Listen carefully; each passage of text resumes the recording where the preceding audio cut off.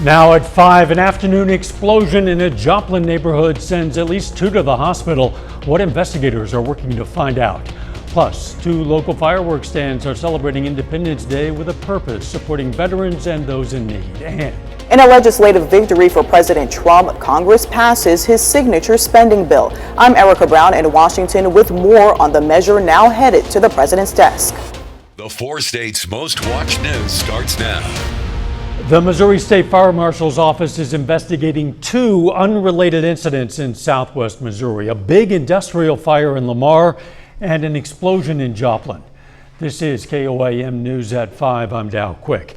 We start with the explosion that rocked a Joplin neighborhood this afternoon and apparently sent at least 2 people to the hospital. The blast tore through a shed in the backyard of a home in the 2500 block of South Virginia Avenue. That was around 1:30 this afternoon. Neighbors say the force shook windows up to 2 blocks away. No word on the conditions of the 2 people taken to the hospital. Investigators from both the JPD and the State Fire Marshal's office have been talking with neighbors trying to gather information. State investigators are also looking into an overnight fire at a building of the former O'Sullivan Industrial Complex in Lamar, Missouri. That fire is still burning now. KOAM's Anthony Saviello has more from the scene. Yeah, as you can see behind me, smoke is still billowing out of the structure, and even more so, if you look a little closer, there's actually flames still coming out, and we just heard just now a pop of what can only be material actually exploding in there. You can hear the actual structure kind of settling as it is consumed by the fire. Now, we spoke with the city administrator, Rusty Rives, here in Lamar. He told us that the fire is contained as far as authorities have things contained right now. But then we also spoke with someone who says that he was in the structure when they began the process of evacuation last night. 50-foot plus flames already shooting out the building. And, yeah, so we were upstairs, up that ramp where that is where that happened, and then on top of us it was on fire, like on top of us, and we didn't even know. Of course, this is coming right before 4th of July celebrations are set to kick off. So just a reminder for everyone to stay cautious during this time. Of course, we'll have more information about the structure and the fire as it becomes available to us. But for now, we're coming back to you. Anthony Saviello reporting there are currently no further updates on the investigation into that fire. Right now, let's check in with Chief Meteorologist Doug Heddy for a first look at the weather. And of course, the big weather story is what's the 4th of July going to be like, and of course your holiday weekend. By the noon hour tomorrow, we're going to have partly sunny skies, 86, 89 by 5 p.m. We are going to be dodging a few random storms, not many. If you get one, it's not going to last long, but there are going to be a couple out there as we go through the afternoon into the evening hours. A few out there right now across central Oklahoma. There's been a couple random little guys that have popped up throughout the afternoon, but overall it looks pretty good, especially if you're getting out this evening. Yeah, it's kind of warm, mid to upper 80s to near 90. The good news is we don't have much in the way of humidity. 80s, 70s will bottom out near 70 degrees. Any little spotty showers that are out there will dissipate as we go through the next few hours. Of course, we're going to look into that holiday weekend here in a bit. Catch in a few. After more than 6 months of debate and negotiations, the One Big Beautiful Bill Act has now passed by Congress and will soon be on its way to the president's desk. But as Erica Brown reports from Capitol Hill, the fight over the legislation faced several big hurdles before Republicans could get the votes needed to pass. House Republicans handed President Trump a big win on his so-called Big Beautiful Bill. The yeas are 218, the nays are 214. The motion is adopted. Lawmakers passed the massive budget bill after a day of tense negotiations, with Republican leaders and President Trump himself working to wrangle support from GOP holdouts. He helped answer questions and articulate his vision and what this bill will mean for the country and his agenda. The legislation significantly boosts spending for border security, immigration enforcement, and defense. It also extends Trump's 2017 tax cuts, increases the child tax credit, and ends taxes on tips and overtime pay. The One Big Beautiful Bill is for the people who don't have lobbyists in this town. The Democratic House Minority Leader Hakeem Jeffries delayed the final vote with a record-breaking 8-hour and 44-minute floor speech in opposition to the bill. We're here, Mr. Speaker, to take our sweet time on behalf of the American people. Democrats voted against the bill unanimously, citing changes and steep cuts to safety net programs, including SNAP, the Food Assistance Program, and Medicaid. The nonpartisan Congressional Budget Office estimates Medicaid could be cut by roughly $930 billion, with nearly 12 million people at risk of losing health care coverage. Shame on this institution if this bill passes. That's not America. We're better than this. President Trump is planning a White House signing ceremony for his signature legislation on the 4th of July. Erica Brown, CBS News, Capitol Hill. 2 Republicans joined Democrats in opposition to the bill.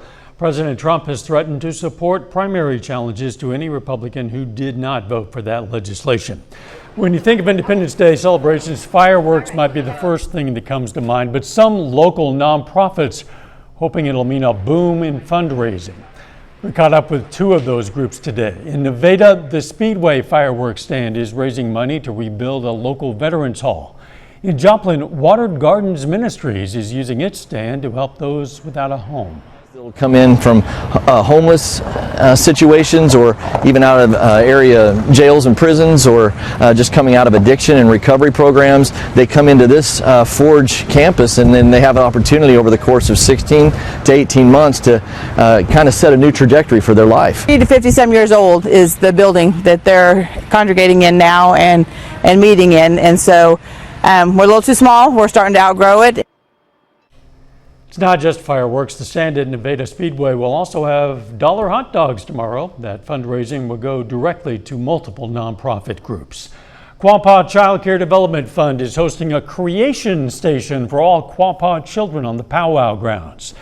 Each craft is designed to teach a little bit of Native American heritage. One of the stations concerns planting crops they refer to as the 3 sisters: corn, beans, and a squash. They also made sun catchers, Play-Doh crafts, and more. Feeling of togetherness and feeling of belonging. They need to feel like they belong to a group where they can feel like they can come in and be loved and taken care of and things like that. A new study reveals what might be driving a surge in lung cancer cases among non-smokers. That's coming up. And a new center aims to transform care for people living with a rare genetic condition. Those stories next in Health Watch. Topping today's Health Watch, why are a growing number of non-smokers developing lung cancer? A study by UC San Diego shows air pollution and environmental exposure are the main reasons to blame. The pollution can come from vehicles, industrial emissions, or wildfires. The study also found that even some traditional herbal medicines are causing lung cancer in non-smokers.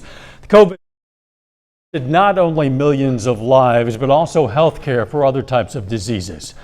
According to a study published in the British Medical Journal, mental health disorders, stroke and heart disease, and malaria in young children all shot up during the COVID pandemic. The study shows how treatment for other illnesses can be neglected during a major health crisis such as a pandemic. Women, it seems, get better at managing their anger as they age. A study published by the Menopause Society found once women reached midlife, fewer and fewer report experiencing anger issues. The results suggested women are better able to regulate their emotions during and after menopause. A new specialty center is now open at the hospital of the University of Pennsylvania in Philadelphia. It's just the 10th of its kind in the country. A place to help children and adults with Williams syndrome. That's a rare condition that makes them extra friendly. Reporter Stephanie Stahl spoke to the director, whose connection to the center is incredibly personal. It's Penn's new Armolino Center for Williams Syndrome, a rare genetic disorder. For me, it is very personal. Jocelyn Krebs is the director who'd been researching the disorder for decades, and then she had a child born with the condition. An insane coincidence, because suddenly I went from a scientist who understood Williams syndrome very deeply in one way to a mom trying to figure out what do you do with a kid that has these various challenges. I have a big surprise for you. This is her son Rise seeing the center for the first time. See anyone you know on this wall? Oh, that's me. That's you. It's an interactive wall with pictures and gadgets. And there's a sensory room with different lights and playful distractions to ease anxiety common for people with Williams syndrome. If I use this, I can make a handprint. Rise has intellectual disabilities, a primary symptom of Williams syndrome. We have some issues with our bodies. This center, in collaboration with Children's Hospital, will provide comprehensive care and research for adults and children with Williams syndrome that often comes with severe heart problems. And this.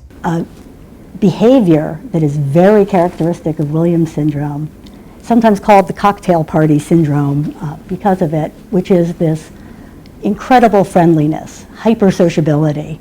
And what it really is just a completely uninhibited social approach. With the right kinds of early intervention, people with Williams are able to thrive. With balloons arriving for the grand opening, there's new hope for brighter futures for Rise and others with Williams syndrome. Stephanie Stahl, CBS News, Philadelphia. An estimated 20,000 to 30,000 people in the U.S. have Williams syndrome, which is diagnosed with genetic testing. And that is a look at today's health news. A little bit later, the latest on jobs nationwide, including some layoffs at a tech giant, Microsoft. And of course, we got a big holiday weekend heading in. What's the weather going to be like? We're going to look at that coming up. Well, it definitely turned out to be a fantastic Thursday for us today. Temperatures great. I mean, we're teetering on hot. We have been all week. It's July. It should be.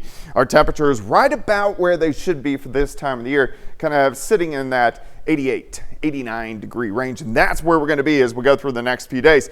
Difference today is a few little showers starting to light up. Now, 99.6% of us have stayed dry, but there have been one or two little guys that have popped up. Once we lose the heating of the day, those are gone, so we don't have to worry about that whatsoever. Let me take you through time. So any random shower that would pop up, gone once we lose the heating of the day, which means the sun sets. Let me take you into Friday morning, your 4th of July. Hopefully you get the day off, you get to enjoy a nice long weekend. Temperature sitting lower 70s to kick off the morning. Let me take you to about the noon hour, mid 80s, but you can notice a few more clouds and a couple random spotty thunderstorms. I'm only going to go at 10%. So what does that mean? That means I'm confident that in our counties, 10% of us should see rain because we are going to have hit and miss little storms. Most of us will stay dry. Here's 4:30 in the afternoon, 88, 89 degrees. And again, once we lose that heating of the day, thunderstorms gone. So we're looking at 9 p.m. So fireworks displays getting going, and I think we look pretty good. We do want to track a band of storms out to our west Saturday morning. May try to get in here, even though this model's not showing it. I wouldn't be surprised if we get some in here. And then again, spotty showers, a few random thunderstorms late Saturday. But if you're hitting the lakes, overall looks pretty good. Here comes a bigger complex of storms, which I think we'll dive in Sunday morning. So as we get deeper and deeper into the holiday weekend, we're going to be dodging more and more thunderstorms. Let's look at your 4th of July. So by noon, sitting at 86, 89 by 5, 79 by 10, and again, a few random storms I'm not really concerned about. Your holiday weekend, a pair of 88s. And again, some isolated thunderstorms across the region. Thankfully, our humidity hasn't been too high. It's been creeping up a little bit for us today. Dew points upper 60s to near 70. So what that means is we're measuring humidity in a degree fashion. So getting up there a little sticky, a little muggy, and that's where we're going to sit as we go through the next few days. But heat indices, not too bad. Heading into Friday, lower 90s, so about 3 or 4 degrees warmer than our actual temperature. Saturday, low to mid 90s, so it does creep up just a bit. Great shot. This is your Indigo Sky Casino and Resort. Indigo, of course, just outside of Seneca, Missouri. Crystal clear blue skies through the evening. 80s, 70s. We'll bottom out near 70 later on tonight. We're sitting into the mid to upper 80s. Overall, it looks pretty good. Heat index is a little muggy out there. It feels about 90 to about 95 degrees. We will start to see some changes into the weekend. High pressure building in back to our west, and it allows bands of showers and thunderstorms to push in. So we're going to have a lot more rain chances for us as we get into next week. Even though I have the chances low, they're going to be there. All right, so upper 80s over the holiday weekend. 90s moving in, so it gets a little steamier for us next week. The good news is that those scattered pop-up storms largely out of the area by fireworks time tomorrow. That is the best news, yes. Yes, indeed. Thanks, Doug. The weather might cause some trouble for holiday travelers in parts of the U.S. Over the past few days, tens of thousands of people were stuck at airports on the East Coast after their flights were delayed or canceled. American Airlines expects Sunday to be its busiest day of the entire summer. The TSA is planning to screen more than 18.5 million people around the July 4th holiday. AAA projects nearly 62 million will drive. Coming up, a new jobs report shows hiring is strong, unemployment is down, but not every sector is sharing in the gain. Topping today's Consumer Watch, the latest jobs report from the Labor Department shows employment remains resilient in the U.S. The unemployment rate, in fact, fell. Bradley Blackburn has a look at the numbers and what they mean. The June jobs report from the Bureau of Labor Statistics shows hiring remains healthy. U.S. employers added 147,000 jobs last month, tens of thousands more than what economists had predicted. And the unemployment rate ticked down slightly to 4.1%. CBS News business analyst Jill Schlesinger. This really does give credence to Jerome Powell, the Fed chair's assertion that there's no need to move interest rates yet until the impact of tariffs is actually seen in data. Some economists have warned of downturns tied to the Trump administration's trade policies. The president has been deeply critical of Jerome Powell for the Fed not cutting interest rates, saying this last week. We have a guy that's just a stubborn mule and a stupid person. The Labor Department also revised hiring numbers for April and May, increasing both by thousands of jobs, another sign of continued strength. But the report shows hiring by state and local governments drove last month's gains, a trend not likely to be sustained. And it revealed the worst private sector growth since October. The number of long-term unemployed people is creeping higher. Some Americans say they're concerned about the impact of President Trump's spending bill and possibly losing food assistance. Sunny Fulton relies on SNAP for her daughter. It helps her out through the summer and then out while she's in school too. The jobs report does show wages are increasing more than the inflation rate, helpful for those trying to counter higher prices. Bradley Blackburn, CBS News, New York. Healthcare was a sector that showed growth last month. There I am. It increased by about 40,000. Microsoft is slashing another 4% of its workforce with job cuts impacting around 9,000 employees. It comes as new labor data shows that layoffs in the U.S. this year have hit their highest level since the COVID-19 pandemic. According to outplacement firm Challenger, Gray Christmas companies have announced more than 744,000 job cuts in the first half of 2025. Sectors hit hardest include the federal government, retail, media, tech, and nonprofits. A final check of the forecast up next. Up next on the CBS Evening News, this holiday weekend there's going to be something important missing at some national park beaches. Then on KOAM News at 6, we're going to hear from a city administrator about today's big industrial fire in Lamar, plus a preview of expected boat traffic and safety tips for people heading to Missouri Lakes this weekend. And 7 local wrestlers are going to junior nationals. Stay with us for the CBS Evening News and then KOAM News at 6. Certainly could be a lot hotter than it has been and will be over the 4th of July. Yeah, it's going to feel a little hotter as we head into the weekend. Even though the temperatures are about the same as today, the humidity is going to creep up a little bit, but not bad for July. So this is a piece of cake. We are going to be dodging 1 or 2 storms tomorrow, 3 or 4 storms Saturday, maybe 6 or 7 storms on Sunday. That's a lot of dodging. I don't know if my old bones can keep up with it. Thanks for joining us. CBS Evening News is next. Of course, we're going to be right back here for KOAM News at 6. See you then. Let's make it a great evening.